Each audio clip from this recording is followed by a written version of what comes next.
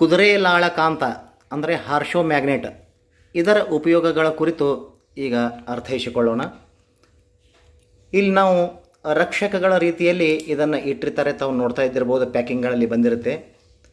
ಮತ್ತು ಇದನ್ನು metal piece, ಇಲ್ಲಿ 2 ಧ್ರುವಗಳಿರೋದರಿಂದ ಈ ಮೆಟಲ್ ಪೀಸನ್ನು ಏಕಕಾಲಕ್ಕೆ 2 ಧ್ರುವಗಳ ಮೂಲಕ ಆಕರ್ಷಕ್ಕೆ ಒಳಪಟ್ಟು ಇಲ್ಲಿ ಹೆಚ್ಚು ಶಕ್ತಿಯನ್ನು ಅಂದರೆ ಹಿಡಿತದಿಂದ ಇದು ಎಳಲಿಕ್ಕೆ ಸಾಧ್ಯ ಆಗುತ್ತೆ.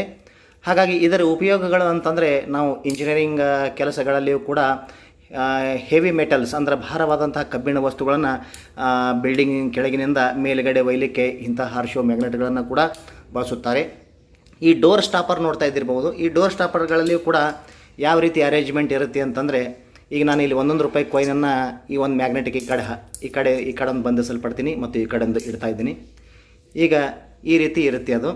ಈಗ ಇನ್ನೊಂದು ಡೋರ್ ಸ್ಟಾಪರ್ಗೆ ಇದು ಬಾಗಿಲಿಗೆ ಇನ್ನೊಂದು ಸೈಡಿಗೆ ಈ ಥರ ಒಂದು ಮೆಟಲ್ ಪೀಸ್ ಇರುತ್ತೆ. ಅದು ಬಂದು ಈ ರೀತಿ ಅಂಟುಕೊಳ್ಳೋದ್ರಿಂದ ಅಲ್ಲಿ ಹೆಚ್ಚು ಶಕ್ತಿಶಾಲಿಯಾಗಿ ಹಿಡಿದಿಟ್ಟುಕೊಳ್ಳೋಕ್ಕೆ